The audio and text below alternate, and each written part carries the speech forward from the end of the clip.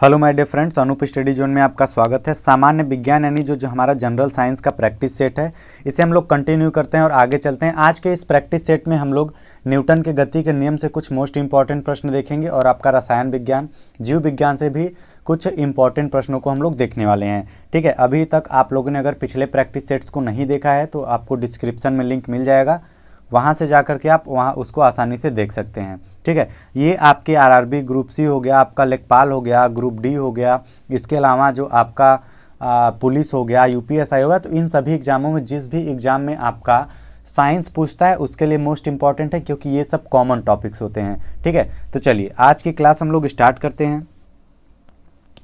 आज का हमारा पहला प्रश्न है, तेज गति से आने वाली क्रिकेट गेंद को पकड़ते समय एक क्षेत्ररक्षक अपनी बाहों को पीछे की ओर खींचता है। क्यों खींचता है? ऑप्शंस देखिए। क्योंकि वह घबरा जाता है, क्योंकि इस गेंद को लक्ष्य बनाने में मदद मिलती है, क्योंकि वह लंबे समय तक कम बल का अनुभव करता है, क्योंकि उससे क्या होती है, सतर्कता मिलती है। ठीक है, तो देखिए इसका मेन रीज़न क्या होता है, क्योंकि वह लंबे समय तक कम बल का अनुभव करता है। क्या करता है? लंबे समय तक कम बल का अनुभव करता है। ये देखिए इसमें होता क्या है, इसमें न्यूटन के गति के द्वितीय नियम का पालन होता है। उसमें क्या होता है, जब गेंद का संवेग परिवर्तन की दर कम हो जाती है जिससे वह लंबे समय तक कम बल का अनुभव करता है, अतः गेंद का प्रभाव जो होता है हाथ पर कम पड़ता है और हम आसानी से कैच को पकड़ सकते हैं। ठीक है, तो ये आपका कौन सा ऑप्शन हो जाएगा? Option number C. ठीक है, चलिए अगला प्रश्न देखिए। एक राइफल से गोली चलाई गई, यदि राइफल बिना किसी रोक के पीछे की ओर आती है तो राइफल की गतिज ऊर्जा क्या होगी? ठीक है, अगर आपका राइफल से गोली चलाई जाती है और राइफल बिना किसी रोक के पीछे आता है तो इसमें आपका न्यूटन का जो है गति का तीसरा नियम लगता है। कौन सा? न्यूटन के गति का तीसरा नियम। उनके अनुसार आपका क्या होगा? गोली की गतिज ऊर्जा से कम होगी। क्या होगी? गोली की जो गतिज ऊर्जा होगी उससे कम होगी। ठीक है, अगर हम बंदूक से गोली चलाते हैं तो जो बंदूक की गतिज ऊर्जा होगी गोली की गतिज ऊर्जा से हमेशा और हमेशा कम होगी। ठीक है, तो आपका कौन सा ऑप्शन हो जाएगा? Option number B. इसमें कौन सा लॉ फॉलो हुआ? न्यूटन का तीसरा नियम, एक्शन रिएक्शन लॉ, क्रिया प्रतिक्रिया नियम। ठीक है, इनके कारण इन्होंने इस नियम में है क्या कि यही कारण कि जो इस बल जो प्रतिक्रिया है, जितनी गोली आपकी बल लगाती है बंदूक पर उतनी ही बंदूक आपकी बल लगाती है गोली पर। दोनों एक दूसरे पे बल उतना ही लगाते हैं क्योंकि आप बंदूक होल्ड किए हुए हैं, पहला रीजन, और बंदूक क्या है, भारी है। तो वो क्या होता है, बैक फायर बहुत कम होता है और ये बहुत कम ही वेलोसिटी गेन कर पाता है, जबकि आपका जो आपका गोली होता है, ठीक है, गोली क्या करता है, ये अधिक दूरी तय करता है। इसी रीजन से इसमें क्या होता है, गतिज ऊर्जा गोली की गतिज ऊर्जा से कम होती है। ठीक है, अगला प्रश्न देखिए। अगला प्रश्न आपका, निम्नलिखित में से कौन सा उदाहरण न्यूटन के गति विषयक तृतीय नियम की व्याख्या करता है? ठीक है, कौन सा ऐसा उदाहरण है जो तृतीय नियम की व्याख्या सही से करता है? ठीक है, आपके पास ऑप्शंस देखिए, रॉकेट लॉन्च करना, या फिर बस से अचानक चलने पर यात्रियों को पीछे की ओर झटका लगना, जब हम पैदल चलना बंद करते हैं तो साइकिल धीमी होना शुरू हो जाती है, पैडल। ठीक है, जो साइकिल का होता है पैडल, चलाना बंद करते हैं तो साइकिल धीमी होनी हो जाती है। तेजी से आते हुए क्रिकेट गेंद को पकड़ते समय क्षेत्ररक्षक चलती गेंद के साथ साथ जो क्या करता है, धीरे धीरे अपने हाथ की पीछे की ओर खींचता है। ठीक है, तो इसमें देखिए आपका कौन सा ऑप्शन होगा? Option number A, rocket launch करना। कैसे? तो न्यूटन का गति का विषयक जो तृतीय नियम के अनुसार होता है, यदि किसी वस्तु दूसरी वस्तु पर बल लगाती है तो दूसरी वस्तु भी पहली वस्तु पर उतना ही बल लगाती है, विपरीत दिशा में लगाती है। इसे क्रिया प्रतिक्रिया का नियम भी कहते हैं। उदाहरण के लिए आप देख सकते हैं, बंदूक से आप जब गोली चलाते हैं तो बंदूक क्या होता है, पीछे की तरफ धक्का देता है। वो क्या होता है, इसी रीजन से होता है। आप किसी रॉकेट को लॉन्च कर रहे हैं उसमें होता है। तो ये सभी क्या होते हैं, न्यूटन के आपके तीसरे लॉ के अकॉर्डिंग। यानी रॉकेट लॉन्च करते समय जितनी तेजी से आप रॉकेट को ऊपर के साइड भेज कर रहे हैं, उतने रॉकेट लॉन्चर पे भी उतना ही दबाव पड़ रहा है नीचे की तरफ। ठीक है, और हमेशा एक्शन रिएक्शन क्या है, अपोजिट डायरेक्शन में होता है। ठीक है, चलिए अगला प्रश्न देखिए। अगला प्रश्न, जब एक नाविक आगे की दिशा में कूदता है तब नाव पीछे की तरफ हट जाती है, यह उदाहरण न्यूटन के कौन से नियम को दर्शाता है? तो यह आपके न्यूटन यानी गति के तीसरे नियम को दर्शाता है। यानी कि जब आपका नाविक होता है, जब वो पैर रखे रहता है, जब उसको आगे जाना होता है तो वो क्या करता है, नाव पे बल लगाता है, और जितना वह नाव पे बल लगाता है नाव उस पर भी उतना ही बल लगाती है। तो इससे क्या होता है कि इससे आपका नाव क्या होता है, पीछे की तरफ जाता है। ठीक है, चलिए अगला प्रश्न देखिए। अगला प्रश्न, दोनों वस्तुओं के मध्य का बल हमेशा बराबर और विपरीत होता है, यह विचार न्यूटन के किस नियम के रूप में दिया गया है? ठीक है, तो यह किस नियम के द्वारा दिया गया है? न्यूटन का जो गति का तीसरा नियम है, न्यूटन का third law, action reaction law भी इसको कहते हैं। ठीक है, ये आप याद रखिएगा, एक्शन रिएक्शन लॉ। ठीक है, या फिर आपका देता है कभी कभी क्रिया प्रतिक्रिया नियम। ठीक है, तो इन दोनों नामों से आपका जाना जाता है गति का तीसरा नियम, एक्शन रिएक्शन लॉ या क्रिया प्रतिक्रिया नियम। ठीक है, इसी नियम के अनुसार क्या होता है कि जब आप कोई भी बल लगाते हैं, जैसे अगर आप बॉल को दीवार पे मारते हैं तो दीवार पे जितना बॉल का फोर्स दीवार पे लगेगा उतना ही दीवार का उल्टा फोर्स बॉल पे लगेगा और बॉल क्या करेगा, पीछे की तरफ आता है। ठीक है, तो ये क्या दर्शाता है, ये आपका न्यूटन का यानी गति का तीसरा नियम दर्शाता है। ठीक है, चलिए अगला प्रश्न देखिए। अगला प्रश्न है आपका, जब एक स्थिर बस चलना प्रारंभ करती है तो उसमें खड़े व्यक्ति पीछे की दिशा में गिर जाते हैं, निम्नलिखित में से कौन सा नियम इस परिस्थिति को दर्शाता है? ठीक है, तो ये आपका न्यूटन के गति का पहला नियम। न्यूटन के गति का पहला नियम क्या है? तो अगर आप न्यूटन लॉ ऑफ इनर्शिया अगर आप जानते हैं तो न्यूटन गति का जो प्रथम नियम है उसे लॉ ऑफ इनर्शिया के नाम से भी जाना जाता है, लॉ ऑफ इनर्शिया। ठीक है, लॉ ऑफ इनर्शिया क्या कहता है? लॉ ऑफ इनर्शिया का मतलब है कि यदि कोई वस्तु अगर विरामावस्था में, तो वह विरामावस्था में तब तक रहेगी जब तक वो कोई बाह्य फोर्स नहीं लगाया जाता, यानी कोई बाहर से फोर्स नहीं लगाया जाता है। सेम चीज़ अप्लाई होता है गति में, अगर कोई वस्तु गति में हो तब तक गति करेगी जब तक कि उस पर कोई बाह्य बल नहीं लगाया जाता है। यही क्या होता है, आपका न्यूटन के गति का प्रथम नियम कहलाता है। ठीक है, अब ये ऐसा रीजन क्यों होता है कि स्थिर बस चलना प्रारंभ करती है तो खड़ा व्यक्ति पीछे की दिशा में जाता है? ये आपका क्या है, कैसे होता है कि यह उदाहरण आपका, ठीक है, चलिए अगला प्रश्न देखिए। अगला प्रश्न, एक व्यक्ति स्थिर पानी में नाव पर खड़ा यदि नाव के तट की ओर चलता है तो नाव क्या होती है? नाव तट से दूर चली जाएगी, स्थिर रहेगी, तट की ओर चलेगी या फिर डूब जाएगी? देखिए, जब एक स्थिर पानी में नाव पर खड़ा व्यक्ति नाव से तट की ओर चलता है तो वो क्या करेगा, नाव पर अपना पैर रखा हुआ है और नाव पर बल लगाएगा और नाव उस पर बल लगाएगी। ठीक है, गति का यहाँ पे तीसरा नियम लग रहा है, तो वो क्या होगा, वो जब तक पीछे की तरफ धक्का नहीं लगाएगा उसे भी आगे चलने में मदद नहीं मिलेगी। ठीक है, तो जैसे ही वह व्यक्ति नाव से दूर जाने की कोशिश करेगा, चलने की कोशिश करेगा, तो क्या होगा, नाव तट से दूर चली जाएगी। ठीक है, नाव क्या होगी, पीछे की तरफ जाएगी और आदमी क्या, आगे की तरफ चला जाएगा। तो इसका कौन सा ऑप्शन से हो जाएगा? ऑप्शन नंबर ए, यानी कि नाव तट से क्या होगी, दूर चली जाएगी। ठीक है, चलिए अगला प्रश्न देखिए। अगला प्रश्न, जब बंदूक से गोली छोड़ी जाती है तो बंदूक विपरीत दिशा में धक्का लगाती है, यह न्यूटन के नियम का उदाहरण है। कौन से नियम का उदाहरण है? तो यह आपका गति का तृतीय नियम है। कौन सा नियम है? गति का तीसरा नियम, Newton third law of motion. इस मोशन में क्या है, एक्शन रिएक्शन लॉ। ठीक है,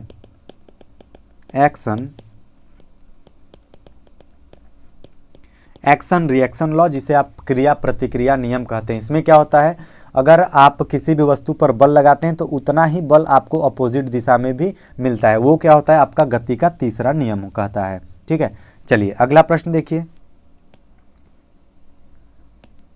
न्यूटन का गति का तीसरा नियम निम्नलिखित में से किन परिस्थितियों पर लागू होता है? ठीक है, ऑप्शंस देख लीजिए, इसके लिए ऑप्शन जरूरी है। जब कोई व्यक्ति नाव से नदी किनारे कूदता है तो नाव पीछे की ओर जाता है।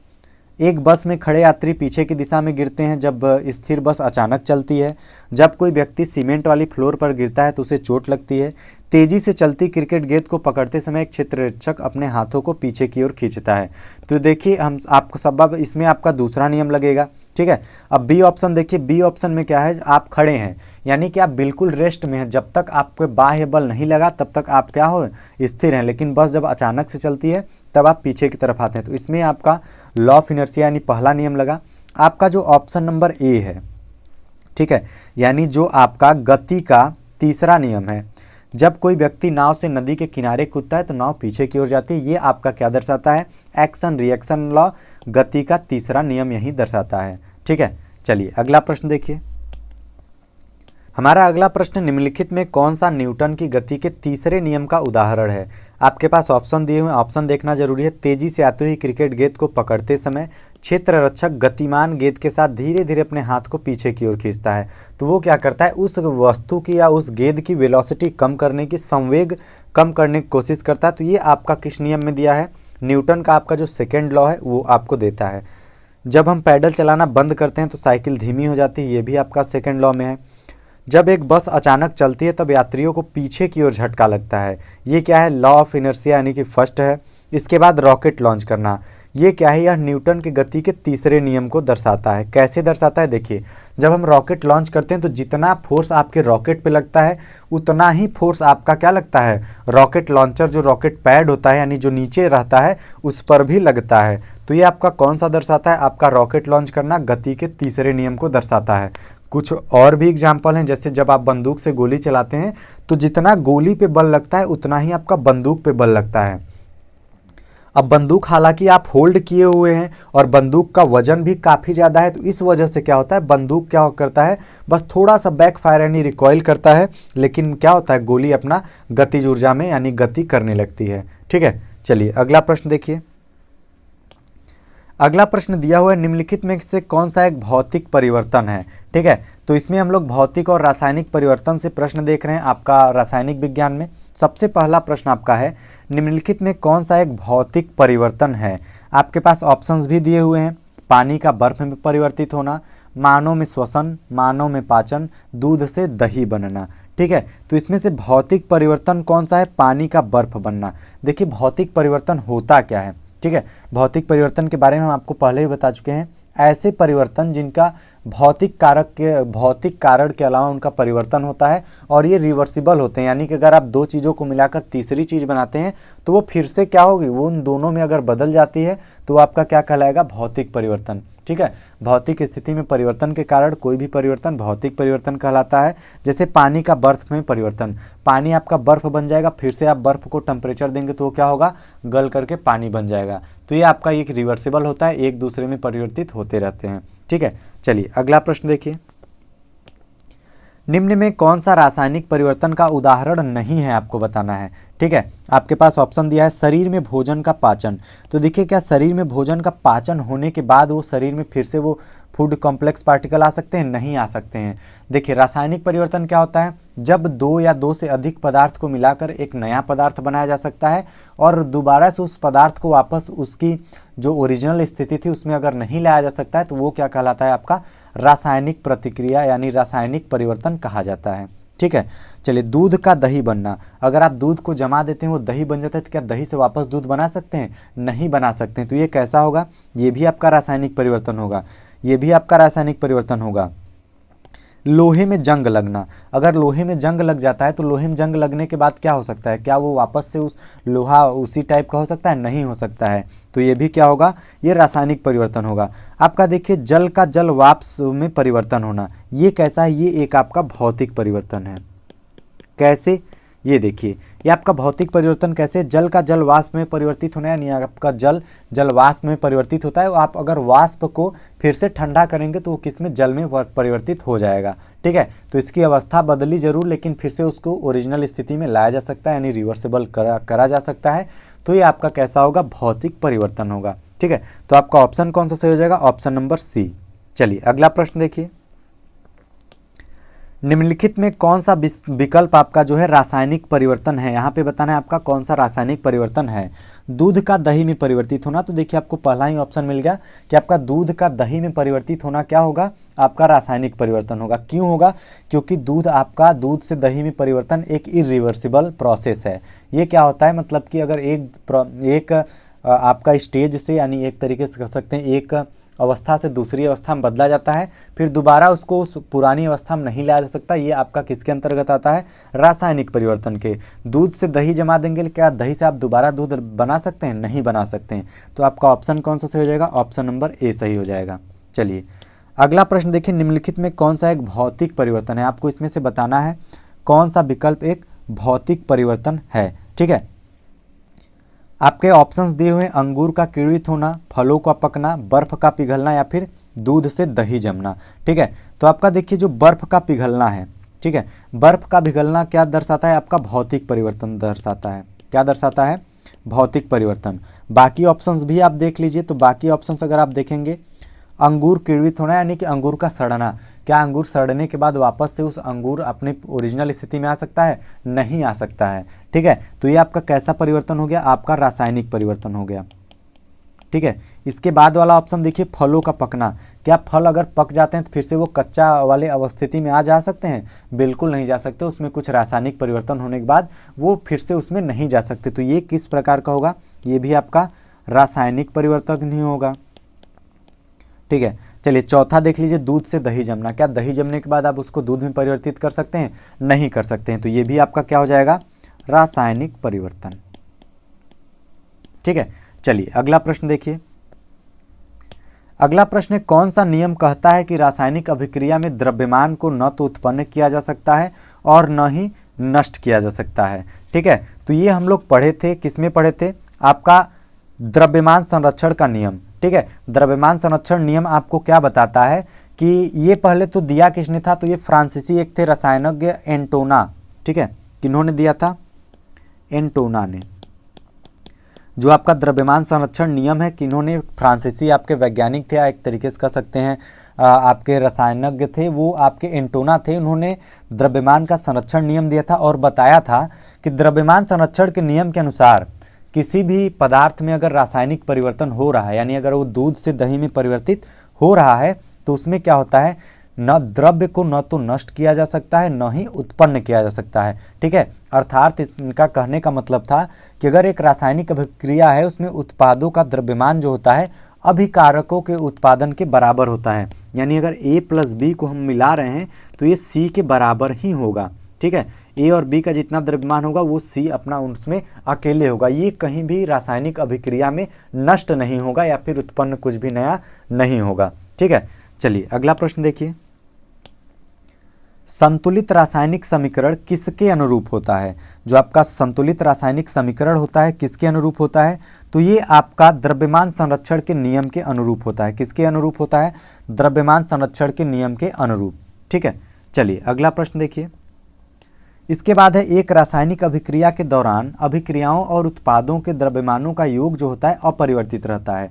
तत्वों के भारों या इससे क्या कहा जा सकता है? इसे कहा जा सकता है एक प्रकार का द्रव्यमान का संरक्षण नियम। ठीक है, जो रासायनिक अभिक्रिया के दौरान जो अभिक्रियाओं और उत्पादों का द्रव्यमान का योग होता है वो अपरिवर्तित रहता है। यानी कि अगर आप यहाँ से कुछ भी मिलाते हैं, मान लीजिए A पदार्थ मिला दिए प्लस B पदार्थ मिला दिए, तो ये जो A पदार्थ और B पदार्थ मिला करके इनका योग करते हैं तो ये अगर C के बराबर आता है तो यानी C क्या होता है? C इन दोनों के बराबर अकेले होगा। इसका कोई भी द्रव्य नष्ट नहीं होगा, ना ही कोई कुछ भी नया उत्पन्न होगा। ये आपका किसने बताया था? द्रव्यमान संरक्षण नियम के अनुसार बताया गया था।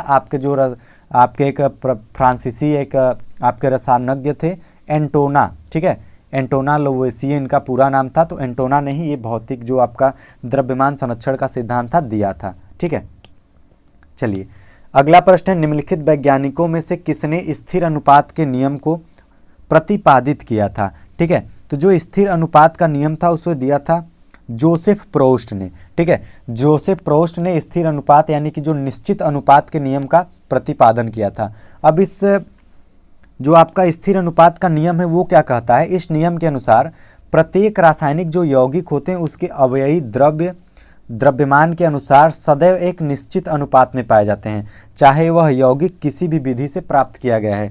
अगर आप कहीं भी पानी देखेंगे, ठीक है, पानी चाहे वो थोड़ा सा हो चाहे पूरा समुद्र हो, पानी हमेशा किस में होगा?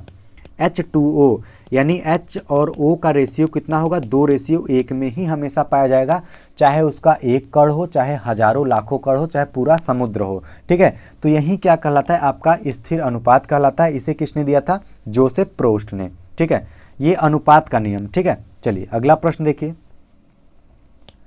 अगला प्रश्न है आपका, निश्चित अनुपात का नियम किसके द्वारा दिया गया था? तो अभी आपने देखा जोसेफ एल प्राउस्ट के द्वारा। निश्चित अनुपात के बारे में भी अभी आपने देखा, वो क्या होता है? किसी भी कोई भी यौगिक है तो वो क्या होता है? एक निश्चित अनुपात में होता है। अगर जैसे आप कार्बन डाइऑक्साइड गैस की बात कर रहे हैं तो ये CO2 होता है, यानी आपका कार्बन 1 है और ऑक्सीजन 2 है। कितना है? 2 है। तो ये हमेशा 1:2 में ही पाया जाएगा, चाहे गैस आपकी थोड़ी सी हो या फिर बहुत ज़्यादा मात्रा में है। इनका जो रेशियो होगा, अनुपात होगा, हमेशा और हमेशा बराबर होगा। ठीक है, चलिए अगला प्रश्न देखिए। निश्चित अनुपात का नियम किसने प्रतिपादित किया था? तो ये आपका जोसेफ प्राउस्ट ने किया हुआ था। चलिए इसके बाद हम लोग देखते हैं आपका रासायनिक विज्ञान का प्रश्न, कोशिका सिद्धांत से कुछ महत्वपूर्ण प्रश्नों को देख लेते हैं। ठीक है, सेल थ्योरीज थे।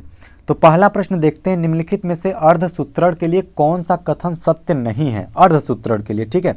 चलिए आपके पास ऑप्शंस दिए हुए हैं, ऑप्शंस आप रीड करिए। देखिए तो जो आपका ऑप्शन नंबर बी दिया है, अर्धसूत्रण के परिणाम स्वरूप परिणामी कोषों में गुणसूत्रों की संख्या दोगुनी हो जाती है, यह आपका कथन क्या है? सत्य नहीं है। तो आपका ऑप्शन कौन सा सही हो जाएगा? ऑप्शन नंबर बी हो जाएगा।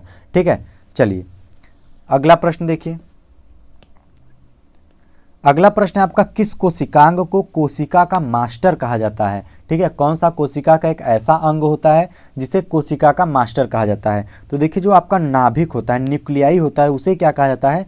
कोशिकांग, यानी कोशिका का मास्टर कहा जाता है। ठीक है, नाभिक कोशिका के आपके डीएनए की ब्लूप्रिंट का अवयव अपने में समाहित रखता है। क्या करता है? यह आपके डीएनए का ब्लूप्रिंट अपने अंदर रखता है। ठीक है, चलिए अगला प्रश्न देखिए। अगला प्रश्न है, किसी कोशिका में मौजूद सबसे बड़ा कोशिकांग कौन सा होता है? ठीक है, तो किसी भी कोशिका में मौजूद सबसे बड़ा कोशिकांग आपका क्या होता है? नाभिक होता है। क्या होता है? नाभिक होता है। ठीक है, नाभिक ही कोशिका की क्रियाकलापों को नियंत्रित करता है। कोशिका में जो भी क्रियाकलाप होते हैं, जो भी मूवमेंट होते हैं, या फिर जिस भी प्रकार की क्रिया होती है, वह आपका कौन मैनेज करता है? नाभिक। ठीक है, नाभिक उन सभी को नियंत्रित करता है। अगला प्रश्न देखिए। अगला प्रश्न है, निम्नलिखित में से किस कोशिकांग को कोशिका का प्रोटीन कारखाना कहा जाता है? यानी कि कौन से कोशिका का अंग है जो कि कोशिका का जो प्रोटीन है, प्रोटीन को बनाता है? ठीक है, तो कौन बनाता है? आपका ऑप्शन कौन सा सही हो जाएगा? आपका ऑप्शन सही हो जाएगा डी, जो राइबोसोम्स होता है। राइबोसोम्स क्या करता है? इस सजीव कोशिका, निर्जीव कोशिका की बात नहीं हो रही है, सजीव कोशिका के कोशिका द्रव्य में स्थित बहुत ही सूक्ष्म कण है जिनकी प्रोटीन के संश्लेषण में महत्वपूर्ण भूमिका है। इसीलिए हम इसे कोशिका की फैक्ट्री भी जानते हैं, कोशिका की कारखाना के रूप में इसको जाना जाता है। ठीक है, चलिए अगला प्रश्न देखिए।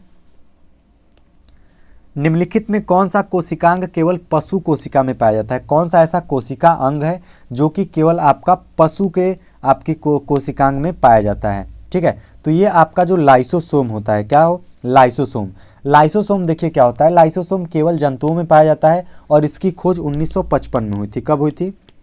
1955 में आपकी लाइसोसोम की खोज हुई थी। और आपका इसका प्रमुख कार्य क्या होता है? ये जो एंडोसाइटोसिस द्वारा लाए गए प्रोटीन तथा अन्य पदार्थ होते हैं उनका पाचन करता है। ठीक है, भोजन की कमी के समय लाइसोसोम जो होता है आपका साइटोप्लाज्म में स्थित प्रोटीन, लिपिड और कार्बोहाइड्रेट का पाचन भी करता है। इसी कारण क्या होता है? इसे आत्महत्या की थैली भी कहते हैं। ठीक है, चलिए अगला प्रश्न देखिए। अगला प्रश्न आपका दिया है, जीवन की मूलभूत इकाई क्या है? ठीक है, तो जीवन की मूलभूत इकाई क्या है? आपकी कोशिका है। ठीक है, जीवन की मूलभूत इकाई क्या है? कोशिका है। यह आपका कब कोशिका की खोज कब हुई थी? तो देखिए कोशिका की खोज हुई थी 1665 ईस्वी में। कब हुई थी? 1665 ईस्वी में हुई थी। और इसकी खोज किसने किया था? तो इसका खोज अगर पूछे आपसे तो आपका रॉबर्ट हुक ने किया था। किसने किया था? रॉबर्ट हुक ने। ठीक है, सबसे पहले क्या हुआ कि इन्होंने कोशिका के अंदर प्रोटीन के संश्लेषण राइबोसोम में पाया जाता है। ठीक है, और जो रॉबर्ट ब्राउन ने सन 1931 में कोशिका के केंद्रक का पता लगाया। कोशिका में जो केंद्रक पाया जाता है, ठीक है, कोशिका में जो केंद्रक पाया जाता है इसकी खोज 1831 में हुई। सोचिए कोशिका की खोज 1665 में और इसके केंद्रक की खोज 1831 में हुई। और किसने किया था? तो एक रॉबर्ट ब्राउन थे। कौन थे? Robert brown. ठीक है, रॉबर्ट ब्राउन ने किया था। और कोशिका की सबसे पहले अगर आपसे कभी कभी प्रश्न पूछ लेता है कि रॉबर्ट हुक ने सबसे पहले क्या कोशिका की खोज जीवित कोशिका की हुई थी कि निर्जीव? तो सबसे पहले निर्जीव यानी कि जो मृत कोशिका की खोज हुई थी, उसके बाद आपका क्या हुआ? रॉबर्ट हुक ने आपका जीवित कोशिका की खोज की। ठीक है, चलिए अगला प्रश्न देखिए। अगला प्रश्न है, शरीर में लगी चोट की मरम्मत के लिए किस प्रकार के सेल विभाजन का प्रयोग किया जाता है? ठीक है, तो जब शरीर में आपके चोट लग जाती है तो आपका कौन सा आपका जो समसूत्रण होता है, ठीक है, जो समसूत्रण होता है वो शरीर में चोट लगने या विभाजन का प्रयोग किया जाता है। इसे आप एक तरीके से कह सकते हैं परोक्ष कोशिका विभाजन भी कहते हैं। ठीक है, क्या कहते हैं? लिख लीजिए परोक्ष कोशिका विभाजन। ठीक है, चलिए, तो इसमें क्या होता है, इस परोक्ष कोशिका विभाजन में इस प्रकार की कोशिका विभाजन शरीर की जो कायिका कोशिकाओं में होता है, और इस प्रकार के विभाजन में जो मातृ कोशिका विभाजित होकर दो नई संतति कोशिकाएं बनाती हैं। ठीक है, चलिए अगला प्रश्न देखिए। अगला प्रश्न दिया हुआ है, एक पशु के शरीर में सबसे बड़ी कोशिका इनमें से कौन सी होती है? तो आपको बताना है कि पशु में सबसे बड़ी कोशिका कौन सी पाई जाती है, तो न्यूरॉन। ठीक है, न्यूरॉन जो कोशिका होती है जानवरों की कोशिकाओं में सबसे बड़ी कोशिका होती है, और यह तंत्रिका तंत्र में स्थित एक उत्तेजनीय कोशिका होती है। ठीक है, चलिए अगला प्रश्न देखिए। अगला प्रश्न दिया हुआ है, निम्नलिखित में कौन सा एक कोशिका में अधिक मात्रा में होने वाला अणु है? ठीक है, तो ये कौन सा है, आपका जल। ठीक है, कोशिका सजीवों के शरीर की रचनात्मक और क्रियात्मक इकाई है। ठीक है, फंडामेंटल और फंक्शनल यूनिट है। जैसे कुछ सजीव जीवाणु के शरीर में एक ही कोशिका के बने होते हैं, उन्हें क्या कहते हैं, एक कोशिकीय जीव कहते हैं। आपके कुछ ऐसे भी जीव हैं केवल एक कोशिका है, उनको क्या कहते हैं, एक कोशिकीय जीव। एक कोशिकीय जीव उनको कहा जाता है। ठीक है, कुछ ऐसे भी जीव हैं जो केवल एक कोशिका पे जीवित हैं, जबकि कुछ सजीव जैसे मनुष्य का शरीर तो कोशिकाओं से मिलकर बना होता है, उन्हें बहुकोशिकीय जीव कहते हैं। कोशिका के भीतर क्या क्या पाया जाता है? कोशिका के भीतर आपका अगर कोशिका मान लीजिए ऐसा कोशिका बना दें, तो कोशिका के भीतर क्या क्या पाया जाता है? आपका बीच में केंद्रक पाया जाता है। क्या पाया जाता है?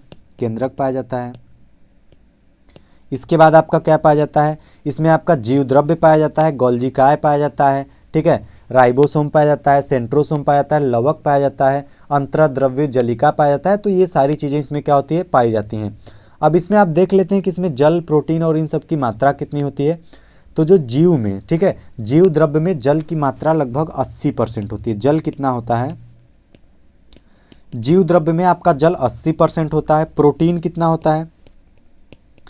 प्रोटीन आपका लगभग आपका प्रोटीन 15% होता है। ठीक है, वसा कितना होता है?